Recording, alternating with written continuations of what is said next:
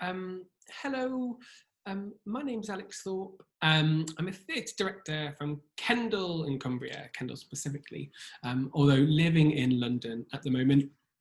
For those that would like a description, I am a 5'6" male, white male, with a beard and rather scruffy brown hair. I'm wearing a orange jumper. As Claire said, thanks so much for joining us. I'm so sorry, I just saw in the chat that the slightly Zoom function is slightly different from what we've all come to expect.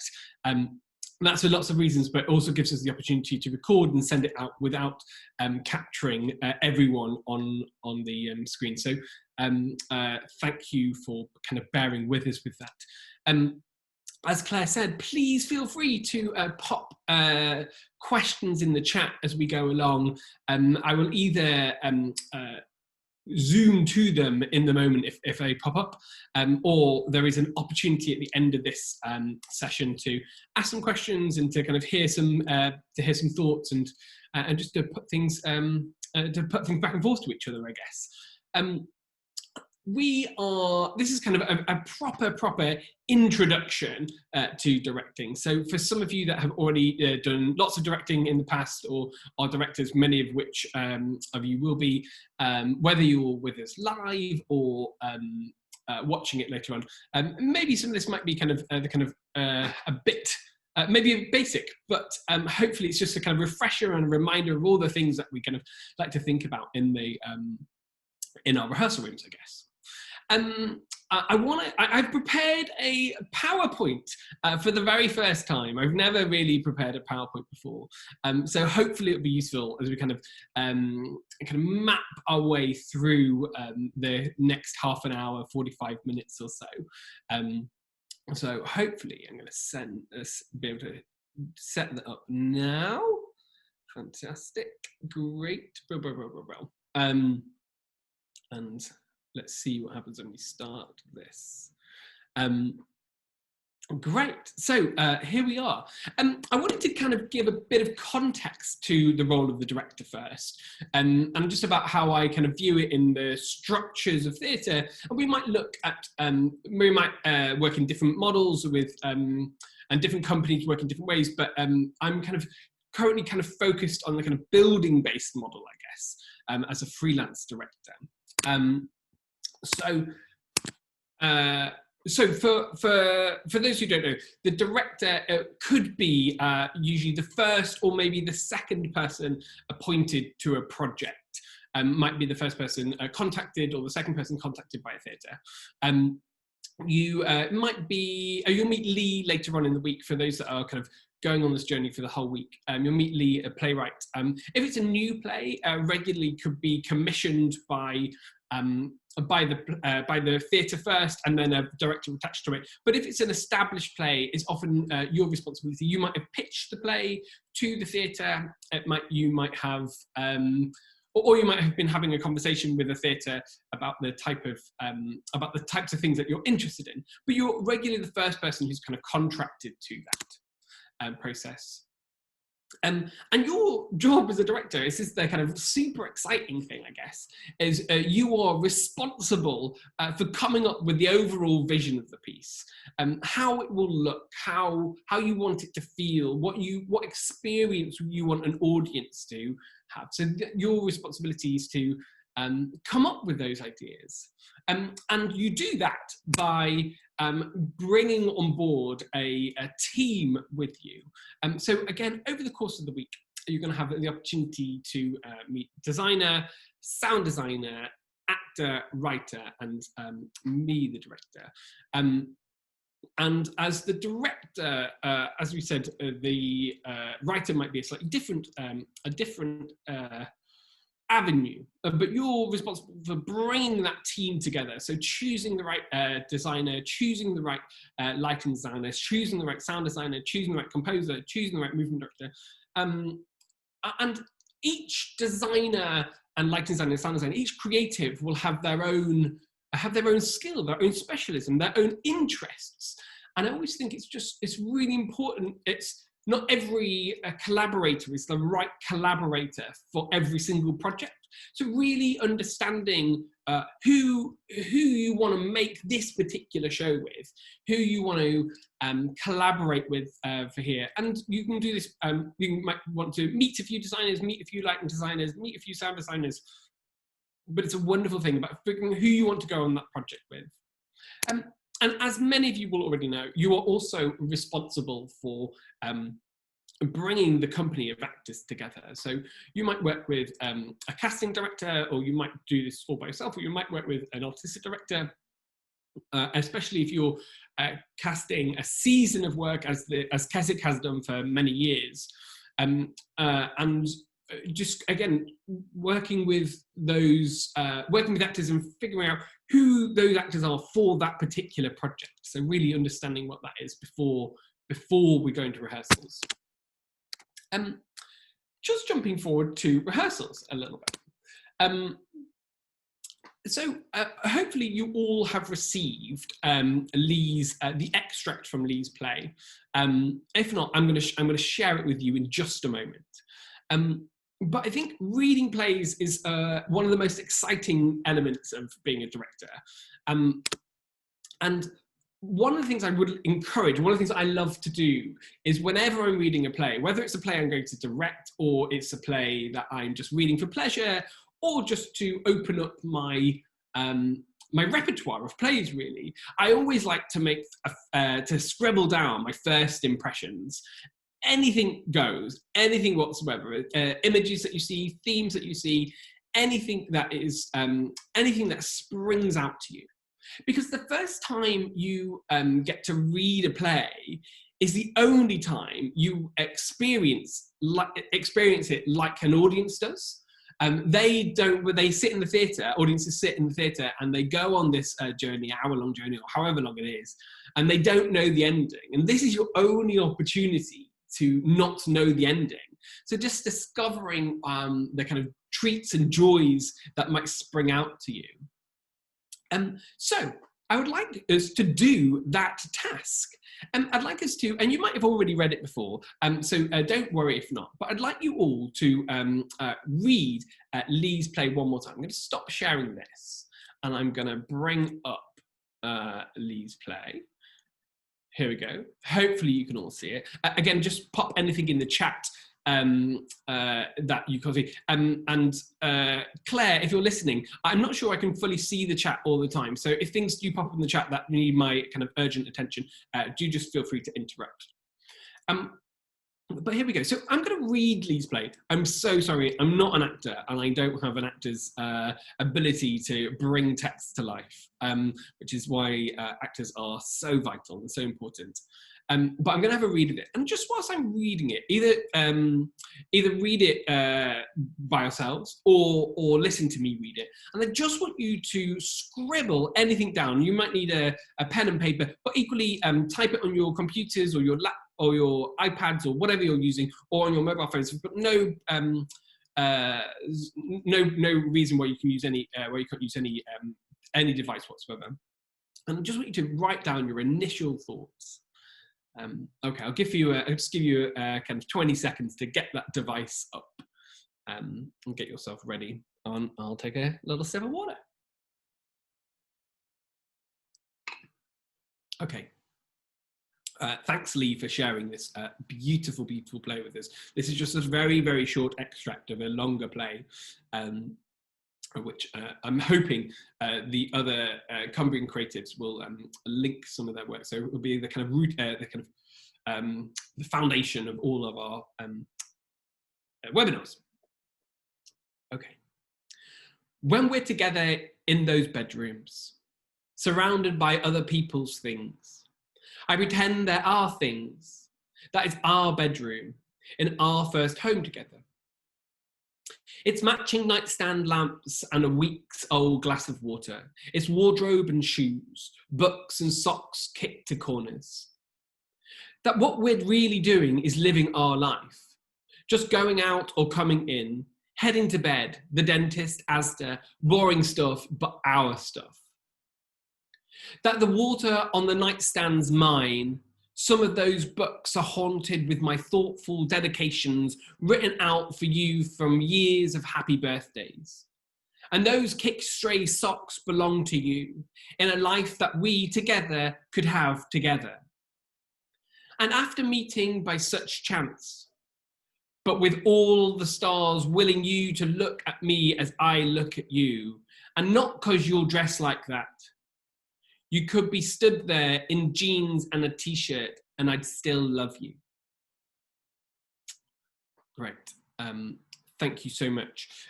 So hopefully now you have your initial thoughts scribbled on a piece of paper, scribbled on your iPhone, whatever. And they're the first time that you, the kind of first and last chance you have to have that relationship with that play.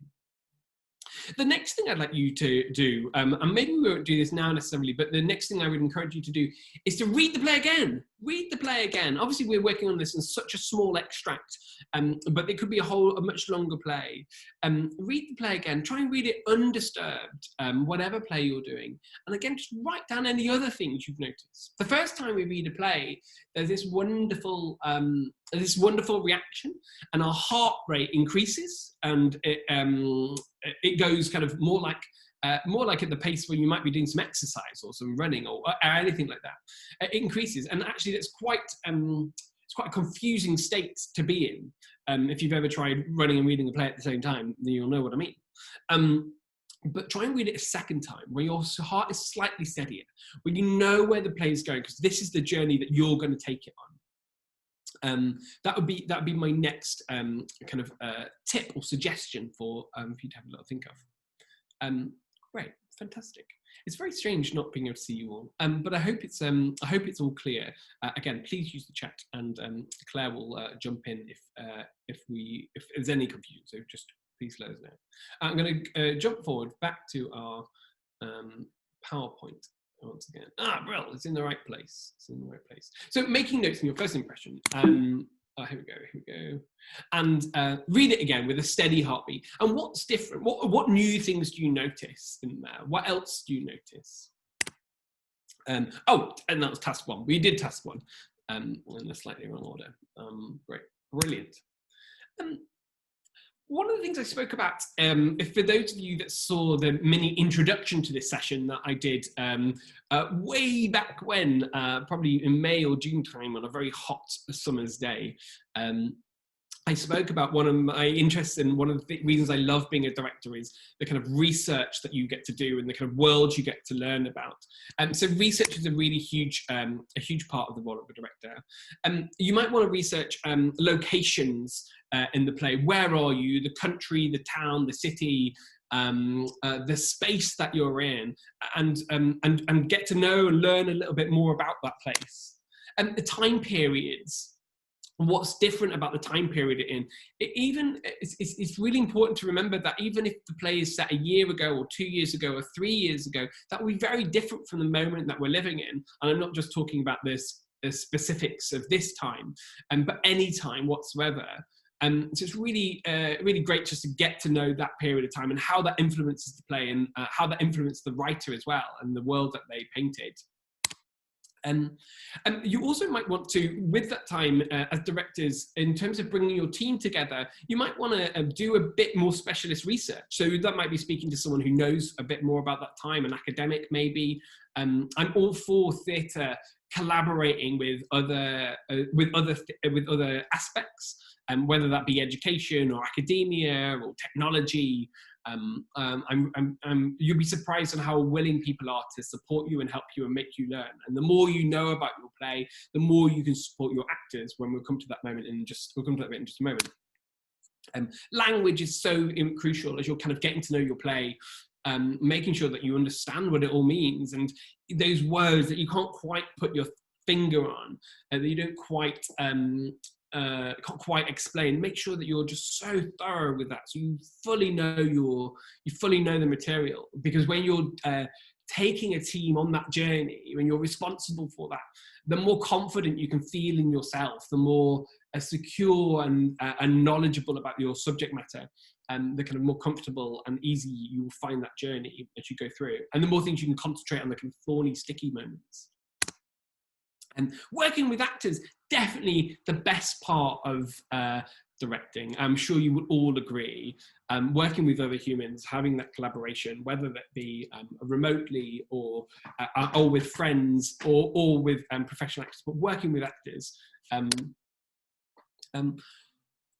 we are there, whether it be a 1 week, 2 week, 3 week, 4 week process in your rehearsals, whatever time you have available, whether it be just an evening.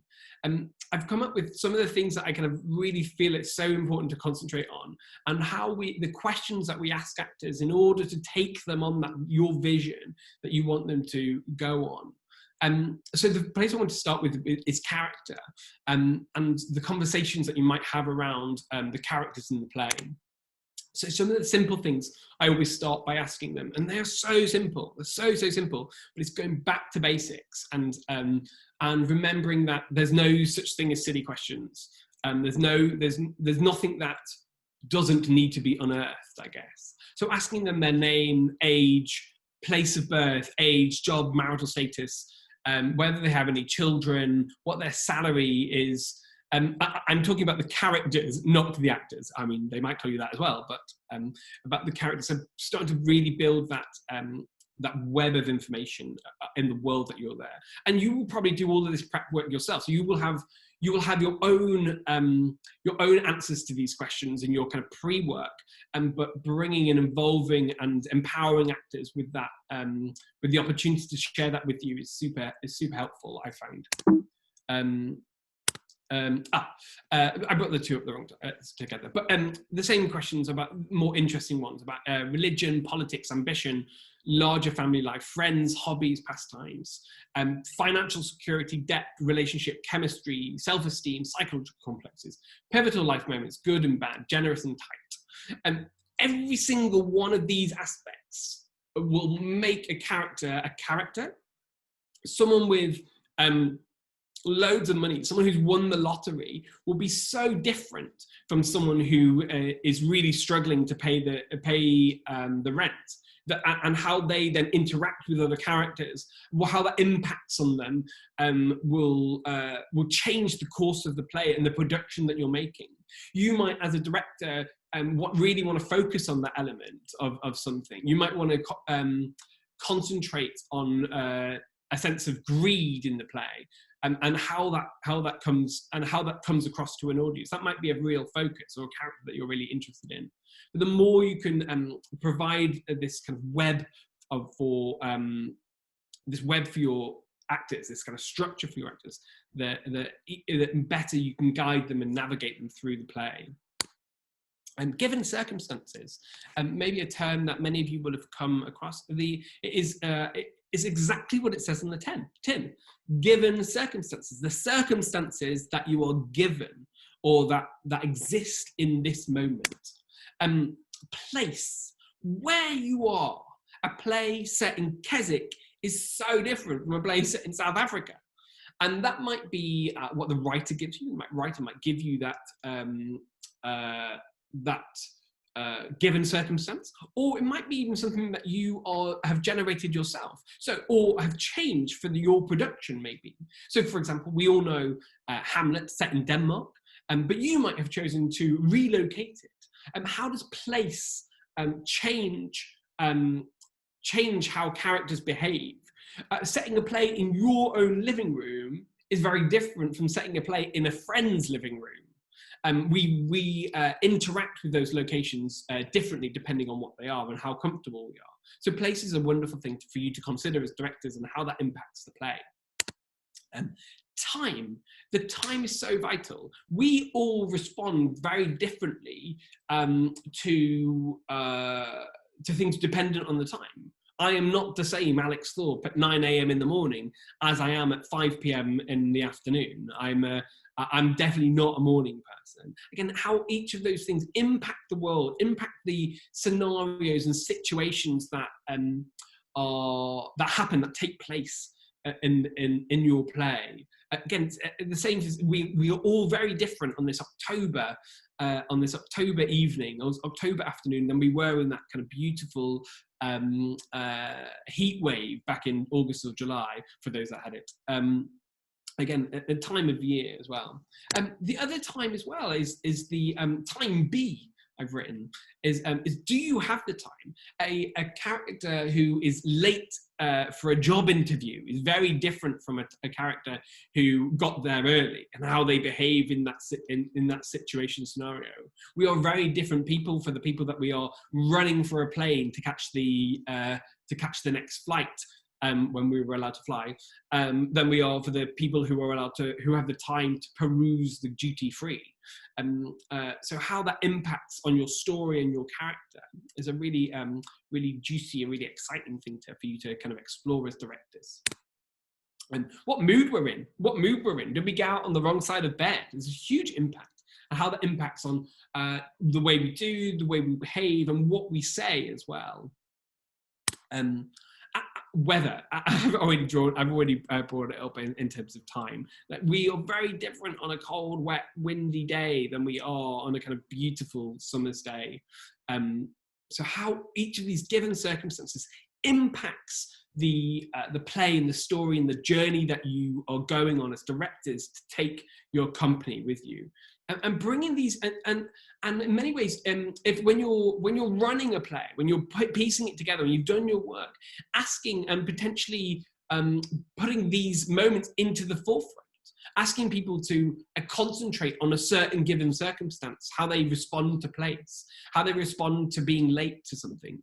It is a really great way of uncovering and discovering new opportunities and gems that might be given.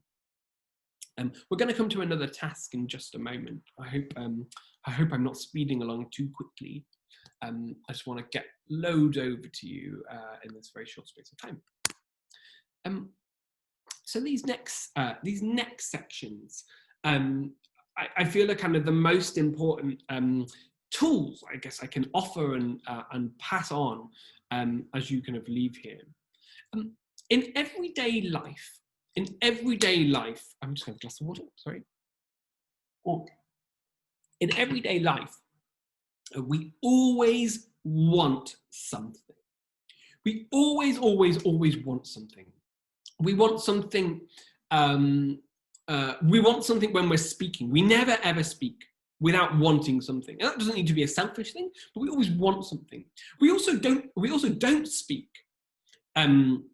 We also don't speak when we want something. We listen for reasons, whether that be to find out the information for ourselves, to make a person feel valued or whatever. We always want something. In directing, you might have heard the terms objectives or desires or wants or needs or intentions. What is our intention? Why do we speak? And one of the ways I like to write this is I always like to ask actors to think of this phrase: I want X from X. And the second X is a name of a person. But the I want whatever it is from somebody else.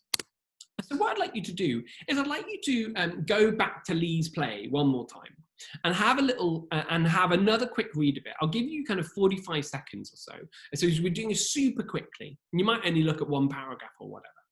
And I'd like you to think about what that character that we're talking, what that character wants from the person we're talking to.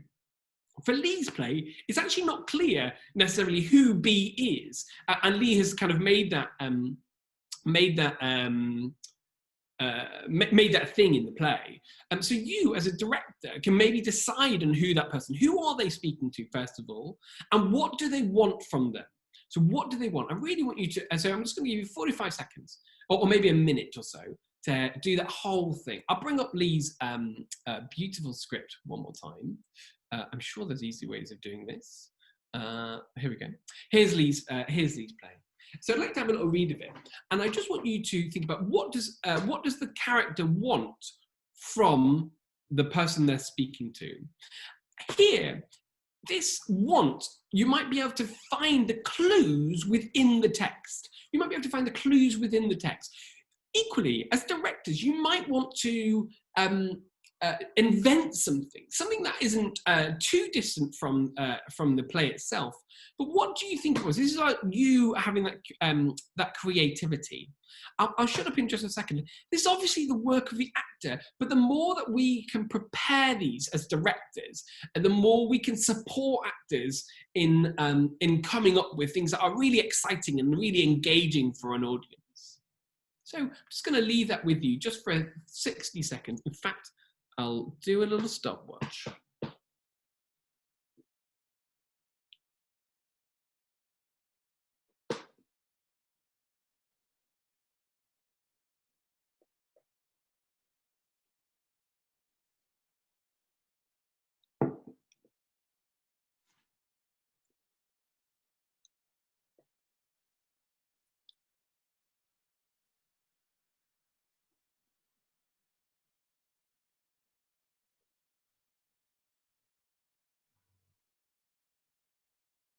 Wonderful. And when you've got your wants, maybe someone might feel brave and might want to just pop them in the chat. And I want whatever that is from whoever.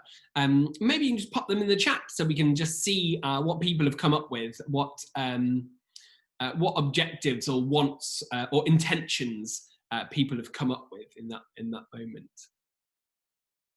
Great, so that's our minute. Very quickly, let's see, anyone want to pop something into the chat? Don't mean to put you on the spot all of a sudden, that's rather naughty of me. Okay. Maybe I should have given you a bit more notice. We'll carry on moving forward, and if anyone pops it in the chat later on, you're very welcome to. Okay, cool. So that's objectives. That's our objectives. What do they want? And guiding actors in that journey, there. I'm going to bring up our PowerPoint one more time. Fantastic. How do they achieve these? So what we want is that's our kind of driving, our objective, our driving kind of focus of the scene. How do they achieve this or these? I've written here, this will depend not only on what characters say, but how they say it, i.e. what actual words or pauses and the considered tone of voice and dynamics. And this is where we bring in our old friend action in, quite an old school term. But it's been super helpful to me and a really great way of bringing a text to life, especially in the kind of early stages of rehearsals. Again, this is definitely an exercise you want to do with actors. And these are all verbs, all transitive verbs. I slap you, I hit you, I cuddle you, I stroke you, I berate you. And each action is put on every sentence, every thought. And so every time you come across a full stop, obviously that's the end of a sentence. So you need a new action every time we come across a new, for each new thought. So again, I want to just draw you back to Lee's play one more time. Stop share. Here we go. Brilliant, fantastic. What are people saying? Let me go back. Here we go. So I can see the chat. Here we go. Great. Once love, ordinary life, doing ordinary things to meeting opportunities. He's a bit nervous. They are two men. The restrictions you mean. Oh yes, great. Oh, I can read this. Great. So I can, and anyone that can see these. So so we had the first one. I want a relationship with the listener. Yeah, absolutely. I want a relationship with whoever that is, and for you to decide who that is. Wants love, absolutely. Wants an ordinary life. That's absolutely. These are all fantastic. These are all fantastic. Yeah, great. So in this next section, now I've brought up Lee's play one more time, you can see when we're together in those bedrooms, full stop, What we need there is an action to play. What is that? When we're together in these bedrooms, I cuddle you. It's I something you. So it's something that you're doing to them. And each action colours the word in the way we can say. So we could say, for example, let me find, surrounded by other people's things. If I was to say the action, I hit you, I would use that I hit you to colour the way that I would say surrounded by other people's things. It would have a very different reading from if I said surrounded by other people's things, I cuddle you, I support you, I protect you, would be a very different telling. And again, these are all your interpretations as directors guiding actors through those versions. So I'd just like to have a little go with that. I'm going to give you another like 30 seconds and find a sentence that you like. They're all mini sentences, just one sentence, and just see if you can pop in the chat, or Claire will send them through and I can read some out. Pop them in the chat about different versions,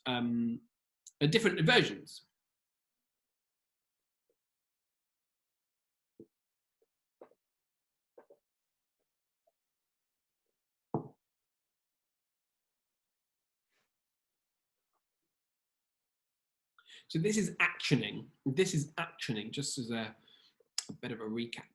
Actioning. I something you. A transitive verb, a verb, an active verb. I'm sure the English teachers and will be telling me I'm saying it all wrong, but hopefully I'm being clear. Hopefully I'm being clear. Well.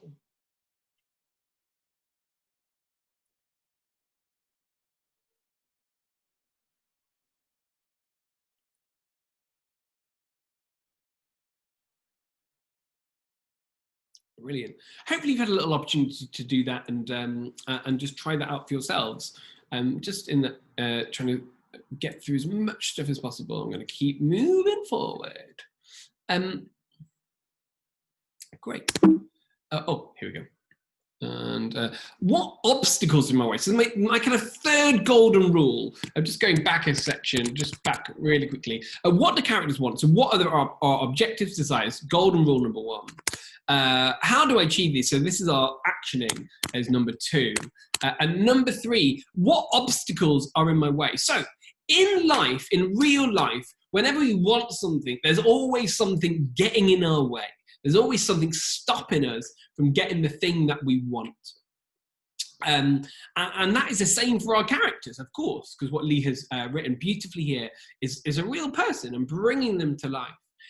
So one of the questions I will always ask actors is, what do you want? But also, what is stopping them from getting it? And this is the kind of juicy element of where our drama sits in. If we want something, I want a glass of water, I pick it up, get it, drink it. Fantastic. Pretty boring though.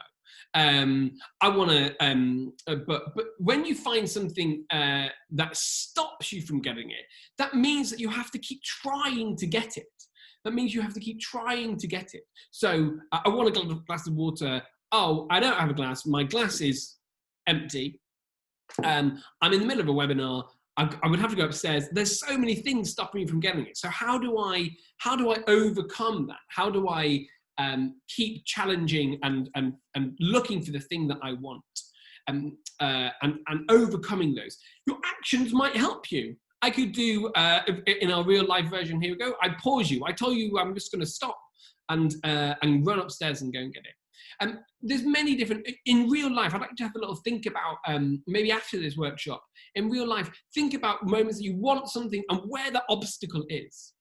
Same in Lee's play. What stops them from getting together? We talked about before, someone mentioned brilliantly here, let's have a little chat.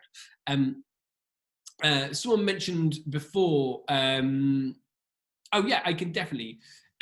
Someone mentioned before about, what we want, and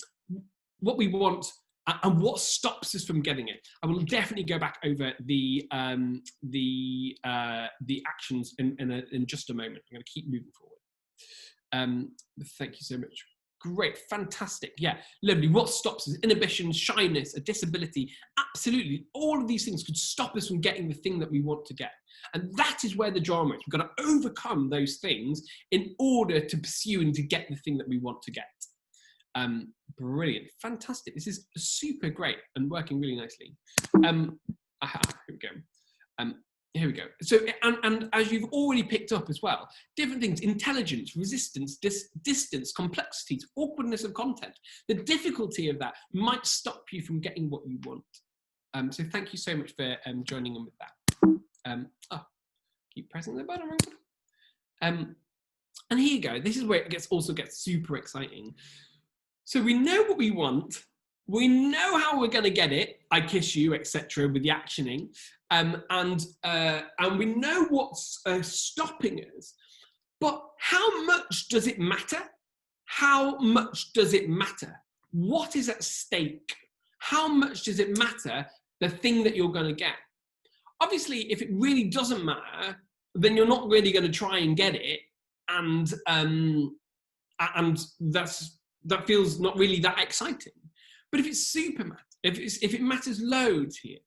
We sort of mentioned before about who are these characters. If they really, really, really want to get the thing they want to get, there's the obstacles that you have already talked about, the shyness, the reluctance to pursue that. But how much do they want it? And what happens if they don't get it? So one of the things I always like to do in plays is like imagine different scenarios, different things that could have happened if the things don't unravel in the way that the playwright lets us know.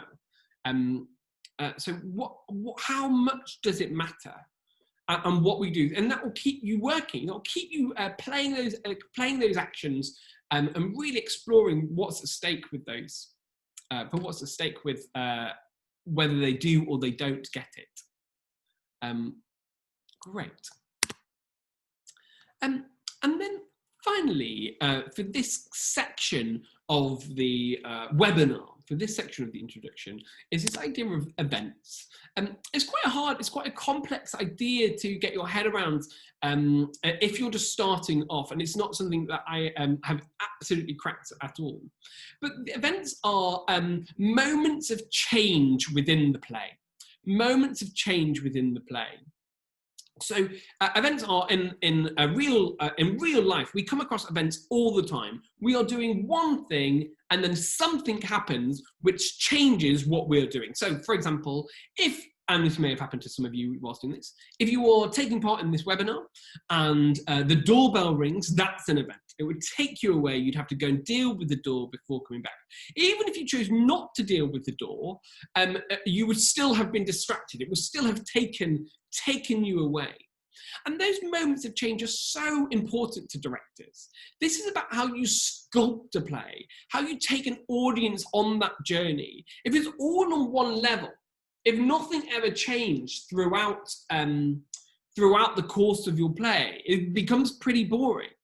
And in good plays, there will be events littered throughout the play, and it's your job as a director to find those moments of change and how you navigate actors when in dealing with those moments. It's often the moments we talked about. What do we want? We talked about objectives. Objectives will change after each event, so you'll start to get new colour and new texture within actors' performances, sculpted by these events. Events are also a super useful tool in structuring your rehearsals. That you place events in certain places in the script, and you kind of work up to that event in your kind of hour or however long you have in your hour, and then in your next hour you'll work on the next event. But there's kind of logic to the way that you work on the script in places. In the very small section that Lee has given us, there isn't any major events in here. There's no major changes. The focus is so on that one on that one objective, in that one thing, whatever you have come up with in that exercise. But in a longer bit of text, you will notice them appearing. Like, each play is completely different, and I don't want to give a set rule of how many changes there might be. It will all depend on the play. But for you to, as directors, is looking for those moments of change, looking for those new moments of colour. So I'm just going to pause us there for a moment. Let's have a quick look at here. Great. Yeah, brilliant. These are so great. These responses are fantastic. They're really, really great. It's so lovely. Thank you so much. This is amazing. Yeah, great, brill. All of these wonderful. I'm already starting to paint the kind of 3D nature of this play already. Great. Getting them all down. Also, just notice how we're lingering on things. We're making decisions. We're moving things forward. And it's such great for your prep. When you start collaborating with actors, you will these moments will change. They will have other ideas that you'll respond to and collaborate to. But this is all building your kind of framework. And in terms of the kind of skills of a director, those are my kind of main key introductions, offerings, I guess, provocations, the idea of objectives, the idea of actions, the idea of stakes, the idea of obstacles, and the idea of events. Those are my five key things to leave you with. But one other thing I thought was really important is that it's just such a short space of time for us to be together. Is I wanted to offer you some thoughts on where to go to next. Like, what do you do? As well as you're all obviously doing this webinar, and it's great that you've got that kind of get up and go and are already on that line. But I don't want to leave you here. So what's next is this next section. Possible routes into directing. There are so many ways of directing and so many ways of giving yourself the opportunity and trying out these new skills or skills that you're wanting or thinking about. And one of my big tips, my number one tips, is to read as much as you can. Read plays, get used to reading plays. The difference between a play and a novel is, like, one is a huge investment of weeks and weeks and weeks. A play, you can sit down in one reading, an hour and a half, 2 hours, half an hour if you're a super quick reader, but read as much. Get to know your tastes, understand what you like, and also equally what you don't like. It's equally as important to read stuff that you're not interested in as much that is as much as that you are, and building that kind of repertoire of what interests you, what excites you, what stories fascinate you, and watch as much theatre as you can. Obviously that's really tough to do at the moment, but there has been so much stuff on the BBC and all the web channels, and watch as much, get to know what your tastes are as directors. Which other directors do you like? Which actors do you like? Which designers do you like? And the more you can use this time now to build up that bank of knowledge.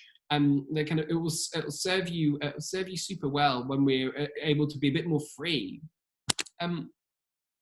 One of the things I loved doing in the beginning of my career, I was really lucky to work at the Crucible Theatre in Sheffield, and they hosted a reading group. And as a young director at the time, it was great. I just got to hear plays read by actors, and they weren't necessarily professional actors. Some were, who were just coming along and reading a play, and some were just fans of the Crucible and audience members. And we hosted this playwriting group. So do the same. Don't sit by yourself necessarily. Get 5 friends in your room, in your living room, and read a play from start to finish and chat about it. Discuss what you like about it. What excites you? Where were your heart rate moments? Where was your heartbeat racing? What is that story about? And just discussing that. That is being a director. Talking about plays is being a director. For the younger directors amongst you or listening into this, I just cannot advocate enough of actually staying as an actor in some ways. You can learn so much from being in a rehearsal room and and watching the role of a director and seeing directors work by being an actor. I discovered I wanted to be a director whilst I was a member of the National Youth Theatre quite a while ago now. And it was by being in those workshops and rooms and that I started to watch from the outside, and I didn't know that was directing, and want to sculpt the structure of a play. And so if you feel like, oh, I don't want to be an actor and youth theatre is only for actors, absolutely not. Go and be a director. But even if you end up being in 5-10 productions, when we're able to be in, you will learn so much from your peers, and watching and exploring and discovering how directors work. And equally, get a group of mates, stage a scene. We don't need to rely on anything more fancy than getting a group of friends in a room and try it out. Maybe it might be your reading group. Stage a scene, stage a single page. Spend a whole day staging a single page and exploring how that is. Exploring. The more we can exercise our language and vocabulary and our relationship with actors, and no matter who they are, the more match fit and exercised we will become. Like going to the gym, it gets easier and easier throughout time. The more we do it, when we kind of back off and don't do that, we become rusty, I guess. And so I just want to encourage that. Whatever, we don't need to wait for theatres to open to practice those skills.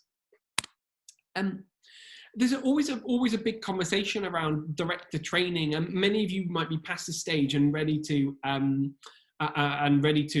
go on your own routes. Equally, some of you might be maybe thinking about what to do in further or higher education. The majority of specific director training happens at postgraduate level. That is, for lots of reasons. There used to be quite a few directing courses at BA level, and there are still some, but used to be more prominent in there. And just as the role of the director, it requires so much research and that kind of management of people, whether that be actors or your creative teams, has been mainly sits in postgraduate level. But there are some opportunities. Many of my friends never went and did specific director training. They went to university. And they did something different. They went and studied history or anthropology or English literature or geography. All of these things you can notice coming up through the talk that we've talked about. This idea of location, this idea of history, this idea of time. Giving yourself as a director, you're fascinated by the world that we live in. So going and doing a non-art specific degree is absolutely fine. And then maybe looking at doing, maybe part of the plan is to do a postgraduate if you are in a position or fortunate you can do that. And if you are, here's some of the ones that you might have heard of before. The Birkbeck Theatre Directing Programme is one that I did, and also the artistic director of the Theatre by the Lake in Keswick, Liz, was where we met. There's a wonderful course at Mount View, the Royal Conservatoire of Scotland, also not too far, well, a long way away, but more north-based alternative. And again, Bristol Vic Theatre School has a wonderful course. So I'll leave you to kind of go and do your own research on those if you want to. Oh, and LAMDA, sorry, I had one off. And LAMDA also, again, down in London for you to explore. There's other ways of doing it as well. This is a kind of getting it up and just doing it version. So there's a wonderful scheme called the Regional Theatre Young Directors Programme, and they offer 18-month and 3-month placements in the theatre. And usually regional theatres, this is not a London-based thing, and they're paid placements, and you become a salaried member of staff for that fixed term. And regularly, depending on where you're at, and if you're being introduced to directing, it'll be a 3-month programme, and you'll be doing workshops and working with that. And working at that level, and an 18-month placement, you might be assisting more experienced directors. You may even, occasionally, I've heard of directors actually getting to direct productions as part of that scheme. And the JMK, which is the directing ward, again, is also something for you to have a little look out for. The Royal Court Trainee Director Programme, again, another salaried position. where you work as a year at the Royal Court, which is a new writing theatre in London. And then the Young Vic Genesis Award, again, is similar to the JMK, giving a younger director, I say younger in terms of experience, not necessarily in age, the opportunity to direct a small-scale show in a venue. And then for those of you that are interested, here's a little reading list, which I'm really happy to share with everyone, of just books I found super helpful as I've just kind of started, and I go back to them all the time. If I was to turn the camera around, you'll see my bookshelf full of books. I turn back to them all the time. They've been super useful in planning this workshop. The Director's Craft by Katie Mitchell, it talks quite a lot about and expands quite a lot about the ideas that I've covered in some of this work in this workshop. You will have your own favourites, but they're my kind of 11 top reads. I'll just leave that up, and the next thing to say is I've run massively over. I'm so sorry. Let me have a little look at the chat and check where people are. Great. Great, fantastic. That's all great. They're going to be yeah, fantastic, brilliant, fantastic.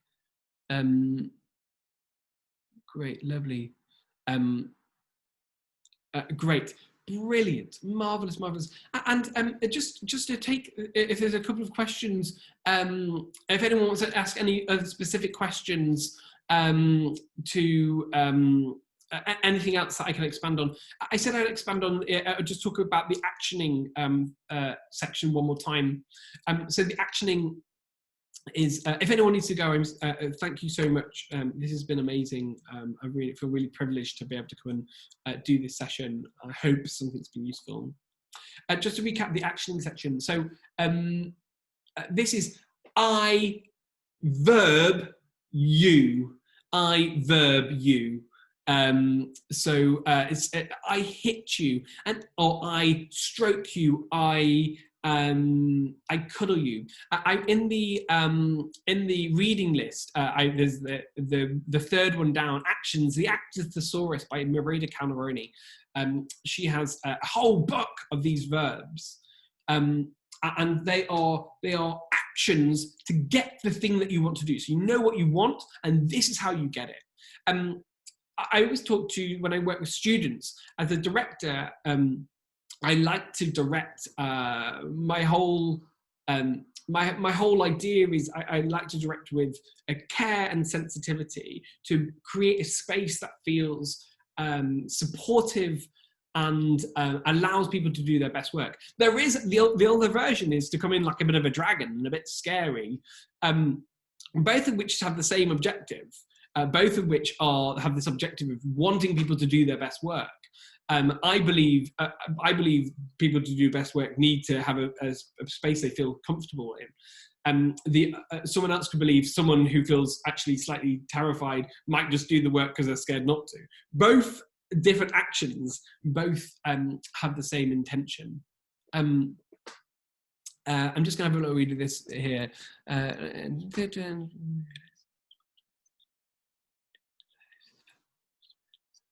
Brilliant. Thank you so much, Diane. That's so lovely. Brilliant. So hopefully that's clear about the actions. Again, like I said, the Marina Calderoni book covers a lot of that stuff. Hopefully you can find that there. I'm just going to hold fire for another 30 seconds. If anyone wants just to pop another question. Thank you so much, Diane. Thank you to everyone that's interacted with the chat. It's been so great and really makes me feel less like I'm just talking to a recording. So thank you so much for that. And for those that have watched, I hope there's been something useful for you there. And if there's just a little thing that you want to go and take on and build on for yourself, absolutely. Yeah, great, brilliant. Yeah, absolutely not forgetting the non-professional theatres. Absolutely, working in working in all different types of theatres has been my absolute lifeblood of me learning to kind of my craft, and also working with communities and places that I absolutely love and adore, and that's been my opportunity. And I think, who knows what's going to happen, I think the role of community theatre will be even more important and even more prevalent as we move forward into the future, and how the professional industry can learn from the way that amateur theatre and non-professional companies are engaging and working and relishing the amazing opportunities that there are to be there. I really feel like the kind of there will be a wonderful role reversal. I'm really hopeful for that. I think we can only hope for good things from there. Claire has come on. Thank you so much, everyone. Thank you and good luck. And I can't wait to come and see your productions and enjoy that. Thanks so much, Alex. That was so interesting. You couldn't see me, but I was here the whole time. And thank you, everybody, for joining and for watching. If you're watching on YouTube after the event, just reminded that we've got 4 more days of Cumbrian creatives coming up. A different creative every day with a different discipline. So if you're interested in finding out more about what goes into making a production, the different roles that there are in the theatre, how they work with directors, and some of the ways that Alex has spoken about this evening, feel free to sign up. All the information is on our website. Yeah, thank you all for joining, and I hope you have enjoyed yourselves. And thanks again to Alex. Thank you, everyone. Brilliant. Thank you, everybody. The theatre